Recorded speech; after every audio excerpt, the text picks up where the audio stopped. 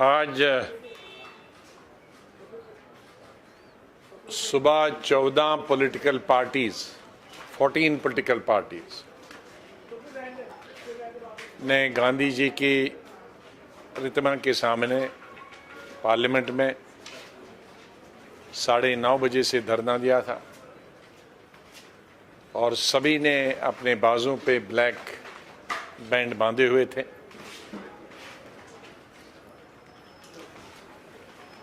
और अपना आक्रोश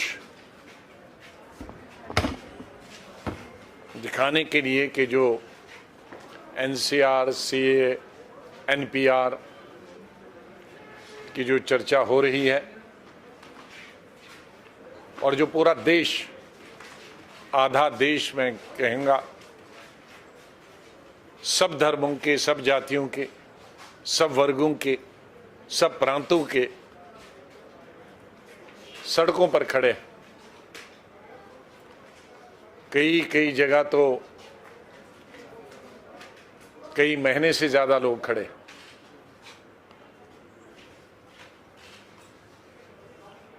और इनमें हर आयु के लोग, धर्म जातियों के तो हैं ही, लेकिन सब आयु के लोग, 90 साल, 85 साल, 80 साल, 70 साल,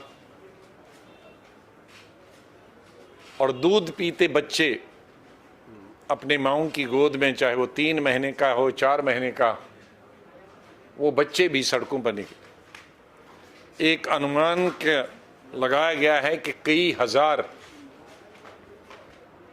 प्रोसेशंस अभी पूरे देश में निकले इस सवा महीने में, जब से जेएनयू में यूनिवर्सिटी के बच्चों पर हमला किया गया और विशेष रूप से सत्ताधारी पार्टी के लड़कों ने नकाबपोश बन के हमला किया पुलिस की मदद की वजह से, सरकार की मदद से। तब से लेकर तो देश का पूरा युवक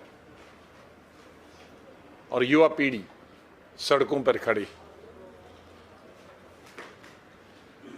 और इस बीच में जहां जहां भी बीजेपी की सरकारें, चाहे वो यूपी हो, कर्नाटका हो, असम हो, तकरीबन 30 लड़के तो सरकार की, बीजेपी की सरकार की गोली का निशाना हुए और उनकी मौत हुई। दर्जनों लड़कियां जख्मी हो गए गोली से, और हजारों की तादाद में, हजारों की संख्या में पूरे देश में लड़के, लड़कियां और आम जनता पुलिस के लाठीचार्ज से जख्मी हुई। तो ऐसे में जब पूरा देश विरोध कर रहा है जो बिल कानून बना है उनका, और जो कानून बनाने वाली है सरकार उसके लिए, जब लोग मरे हैं, जब हजारों की तादाद में लोग जख्मी हुए, तो बहुत अफसोस से कहना पड़ता है कि सरकार उसको राष्ट्रपति के भाषण में अपनी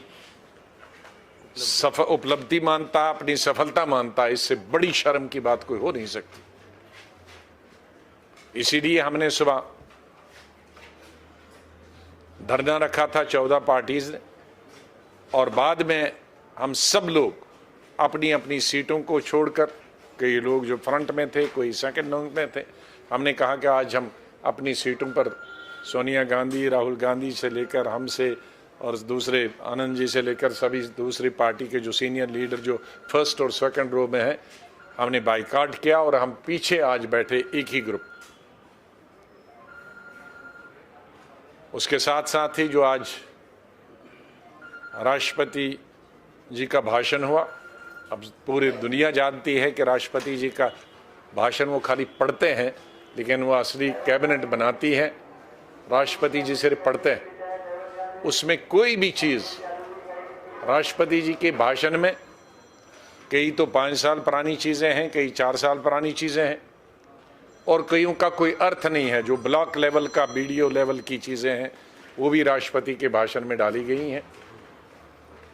और जो असली मुद्दा है देश का, चाहे वो एनपीआर का मुद्दा है, सीए का मुद्दा हो, उसके बारे में उपलब्धि मानना बहुत गलत बात है। उसका समाधान होना चाहिए, लोगों की आवाज़ सुननी चाहिए जो सड़कों पर है, जो बेकारी है, करोड़ों लोग बेकार हैं, बेरोज़गार हैं, उनके बारे में, उनको रोज़गार देने के लिए कोई भी राष्ट्रपति के अभिभाषण में कोई चर्चा नहीं है। महंगाई, पेट्रोल, डीजल, गैस, दालें, बाकी चीज़ें, उस महंगाई के बारे में कोई चर्चा नहीं है। जीडीपी जिस तेज़ी से गिर रहा है उसके बारे में कोई चर्चा नहीं है। रुपया जिस तरीके से गिर रहा है उसके बारे में कोई चर्चा नहीं है। कश्मीर में यूटी बनाने के बाद किस तरह से कश्मीर को तबाह बर्बाद किया, और 6 महीने के बाद तो अभी कुछ घंटों के लिए टेलीफोन खुलता है और सरकार राष्ट्रपति के भाषण में कहते हैं कि बहुत डेवलपमेंट हो रहा। इससे बड़ा मजाक और इससे क्रूड मजाक, मैं अगर कहूँगा कि घटिया मजाक, देश की जनता और जम्मू कश्मीर की जनता के साथ और कोई नहीं हुआ कि जहां रोटी खाने के लिए नहीं है, जहां 6 महीने से सड़क पे काम करने वाला एक मजदूर नहीं देखा गया है, जहां लाखों लोग बेकार और बेरोजगार हो गए, और राष्ट्रपति के भाषण में केंद्रीय कैबिनेट कहती है कि वहां बड़ी प्रगति हुई, ये 6 महीनों में बड़ा डेवलपमेंट हुआ, बड़ा विकास हुआ। शर्म की आनी चाहिए इस सरकार को ऐसा झूठ लिखने के लिए, और माननीय राष्ट्रपति जी शरीफ आदमी हैं, उनके मुंह से ऐसा गलत बयानी करवाना, ये इसके लिए केंद्रीय सरकार को माफ़ी मांगनी चाहिए। जम्मू कश्मीर के लोगों से भी और देशवासियों से भी लोगों को गुमराह करने के लिए झूठ बातें लिखते हैं और कहते हैं। मिलत टाइम्स की वीडियोस देखने के लिए यहाँ क्लिक करके सब्सक्राइब करें और हाँ, बेल आइकन जरूर दबाएं। अगर फेसबुक पर देख रहे हैं तो पेज लाइक करें। ताज़ा तरीन खबरों और मज़ामीन के लिए विजिट करें हमारी वेबसाइट www.millettimes.com। हमारी ये वेबसाइट उर्दू, हिंदी, इंग्लिश तीनों लैंग्वेज में मौजूद है।